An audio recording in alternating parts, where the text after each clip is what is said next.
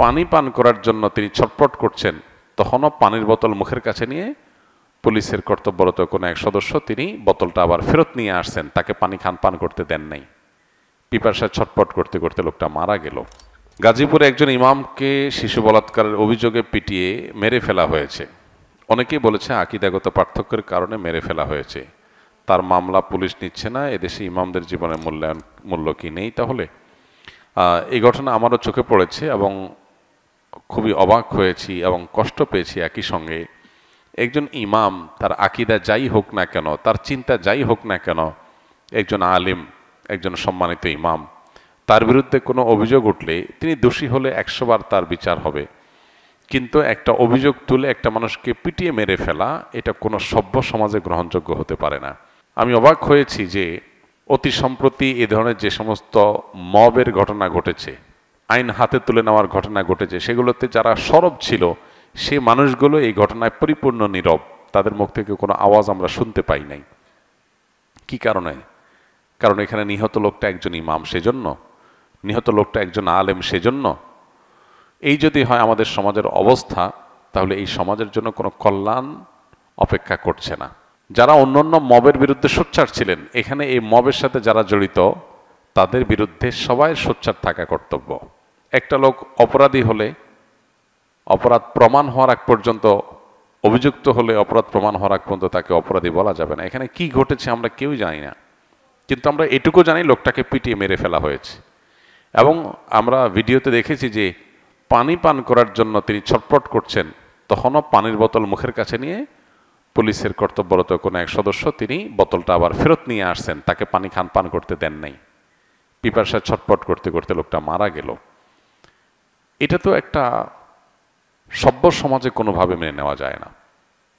একজন মানুষ তিনি যদি অপরাধীও হন, পানি পান করতে চাইবে, তাকে পানি পান করতে দিবেন না, তাকে মেরে ফেলবেন। এটার সুষ্ঠু তদন্ত এবং বিচার দাবি করছি আমরা।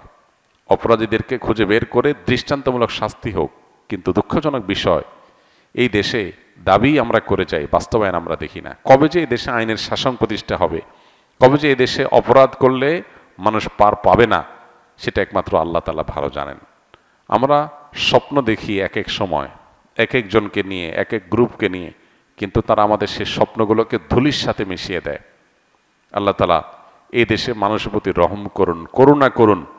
আমরা যেন এই দেশে সুশাসন পাই, সেরকম নেতৃত্ব, সেরকম লোক, সেরকম পরিবেশ আল্লাহ তাআলা আমাদেরকে মেহেরবানি করে, দয়া করে, অনুগ্রহ করে, ভিক্ষাস্বরূপ আল্লাহ যেন আমাদেরকে দান করেন। এছাড়া আমাদের কোনো আশার আলো আমরা সচরাচর দেখতে পাই না। আল্লাহর অনুগ্রহ ছাড়া আমার কোনো উপায় নেই। আপনি যে কোনো মানুষের উপর একটা অভিযোগ তুলে তাকে পিটিয়ে মেরে ফেলতে পারেন, এটা তো হতে পারে না। এখানে আইন শৃঙ্খলা রক্ষাকারী বাহিনীর দায়িত্বের বিষয়টা চলে আসে। তারা এটাকে ট্যাকেল দিয়ে যথাযথ তদন্ত করে তারপর এটা নিয়ে পদক্ষেপ নেওয়া উচিত ছিল। আলেম ওলামারা, ইমাম সাহেবরা সমাজে তাদের মর্যাদা যেখানে সবচেয়ে বেশি থাকার কথা ছিল, সেখানে তাদের আজ এই দুরবস্থা। এটা খুবই দুর্ভাগ্যজনক একটা বাস্তবতা। কোন অবস্থাতে এটা মেনে নেওয়া যায় না। এই চিত্র যতবার দেখেছি ততবার ভেতর থেকে কষ্ট অনুভব করেছি প্রচণ্ডভাবে। একজন ইমাম, তিনি কোন আকীদার, কোন মাসলাকের, কোন মানহাজের, এগুলো দেখার দরকার নেই। এমনকি তিনি যদি ইমাম না হয়ে একজন সাধারণ মানুষও হতেন, একই কথা ছিল। ঢাকা ইউনিভার্সিটিতে যখন একজন তরুণকে চুরির মিথ্যা অজুহাতে বা মিথ্যা সত্য যাই হোক, চুরির অভিযোগ তুলে তাকে পিটিয়ে মেরে ফেলা হয়েছে, আমরা সেটার বিরুদ্ধে কথা বলেছি। এভাবে যত রকমের মব হয়েছে আমরা জানতে পারলে সেটা নিয়ে আমরা মুখ খুলেছি। সেখানে একজন ইমামকে এভাবে পিটিয়ে মেরে ফেলা হবে, আমি মূলধারা মিডিয়াগুলোতে এটা নিয়ে তেমন কোনো হইচই দেখি নাই, টকশোগুলোতে সরগরম হতে দেখি নাই। কারণ কি? লোকটা একজন ইমাম। যে দেশে, যে সমাজে ওলামায়ে কেরামের প্রতি ন্যূনতম শ্রদ্ধা এবং দায়িত্বশীলতা থাকবে না, সে সমাজের জন্য কোনো কল্যাণ অপেক্ষা করতে পারে না। আল্লাহ আমাদেরকে আমাদের যার যার জায়গা থেকে দায়িত্বশীল আচরণ করার তৌফিক দান করুন। সেকুলার এবং নাস্তিক যারা এদেশের তথাকথিত সুশীল সাজে, এখানে যদি আজকে ইমামের জায়গায় কোনো হিন্দু পণ্ডিত, অন্য ধর্মের কেউ তার ব্যাপারে এরকম কোনো অভিযোগের ভিত্তিতে মানুষ পিটিয়ে তাকে মেরে ফেলতো, তাকে পানি না দিত, তাহলে দেখতেন তাদের মায়া কান্না কত প্রকার কি কি। যেহেতু লোকটা ইমাম, সেজন্য সব চুপ হয়ে গেছে। এই লোকগুলোর ভণ্ডামি এবং এদের মানবিক খেলা, এদের নিজেদের ভালো মানুষের মুখোশ পরা, এ সম্পর্কে আমাদের বারবার করে বিভিন্ন ঘটনাগুলোতে আমাদের চোখ খুলে যায়, কিন্তু এরপর আমরা মানুষ চিনতে পারি না। এদেশের প্রকৃত বন্ধু ওলামা একরাম। ওলামা একরামের চাইতে এদেশের প্রকৃত এবং সত্যিকারের বন্ধু আর কেউ নাই আসলে। সকল অনাচারে দেখবেন ওলামারা মুখ খুলেছেন, সবাই হয়তো পরে বুঝছেন। আলেমরা যখন বলেছেন তখন তাদেরকে বুঝেন নাই। পার্বত্য চট্টগ্রামের স্বাধীনতা বিপন্ন হতে পারে, আলেমরা সবার আগে আশঙ্কা করেছেন এবং সতর্ক করেছেন। খ্রিস্টান মিশনারিগুলো সেখানে নানান ষড়যন্ত্রের বীজ বপন করছে, বহু যুগ আগে থেকে আলেমরা বলে আসছে, আপনারা কানে নেন নাই। কিন্তু যখন বিপদ কাছায় গেছে তখন আপনারা নড়ে চড়ে বসেছেন। ওলামা একরাম বিভিন্ন অপসংস্কৃতির বিরুদ্ধে কথা বলে, তখন আমরা অনেকে শুনি না, কিন্তু যখন সর্বনাশ আমাদের হয়ে যায় তখন আমরা হয়তো নড়ে চড়ে বসি। আল্লাহ তাআলা আমাদেরকে সম্বিত যেন ফিরে পাই, আমাদের বিবেচনা বোধ যেন জাগ্রত হয়, সত্য আর অসত্য যেন আমরা বুঝতে পারি, সেই তৌফিক দান করুন। ওলামা একরামের প্রকৃত মর্যাদা, আলেম সমাজের মর্যাদা আমাদেরকে দেওয়ার তৌফিক দান করুন। আলেমদের লেবাস পরে যদি কেউ অন্যায় করে, শতকণ্ঠে আমরা তার বিচার চাই, অবশ্যই তার বিচার করা হোক।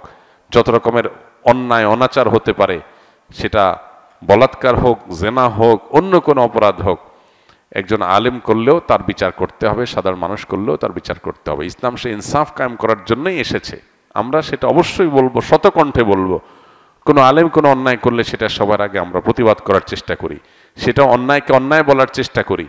কিন্তু একজন আলেমকে অভিযোগ দিয়ে প্রমাণ হওয়ার আগে পিটিয়ে মেরে ফেলবেন এবং একটা সমাজ চেয়ে চেয়ে দেখবে, এটা নিয়ে তেমন কোনো আলোচনাও নাই, হইচই নাই, এটা নিয়ে টকশোগুলো গরম হচ্ছে না, টেলিভিশনগুলোতে আলোচনা তেমন একটা শোনা যাচ্ছে না। এটা দুর্ভাগ্যজনক। এদেশের 4 লক্ষ মসজিদ, 4 লক্ষ ইমাম, এই 4 লক্ষ ইমাম তারা যদি তাদের মতপার্থক্য ভুলে, তারা যদি জাতীয় স্বার্থে ঐক্যবদ্ধ থাকেন, তারা যদি দেশ এবং মানুষের কল্যাণে নিজেদেরকে নিয়োজিত করেন, তাহলে ইমামদেরকে এরকম অবজ্ঞা করার সুযোগ কেউ পাবে না। এই জন্য আমাদের ওলামা একরাম প্রত্যেকটা মহল্লাতে আমাদের ঐক্যবদ্ধ থাকতে হবে। দুর্ভাগ্য আমাদের, আমরা বিভিন্ন মাসলাকগত আকীদাগত মত পার্থক্যের দোহাই দিয়ে আমরা যার যার মতো আলাদা আলাদা, পারলে একজন আরেকজনের বিরুদ্ধে শত্রুতা করি। এগুলা ভেদাভেদ ভুলে, মত পার্থক্য আপন জায়গায় থাকতে পারে, সেগুলো থাকা সত্ত্বেও আমরা ঐক্যবদ্ধ থাকা দরকার, একে অন্যের পাশে থাকা দরকার এবং সমাজ এবং মানুষের কল্যাণে কাজ করা দরকার। আল্লাহ আমাদেরকে তৌফিক দান করুন। আস সুন্নাহ ফাউন্ডেশন, উম্মার স্বার্থে সুন্নাহর সাথে।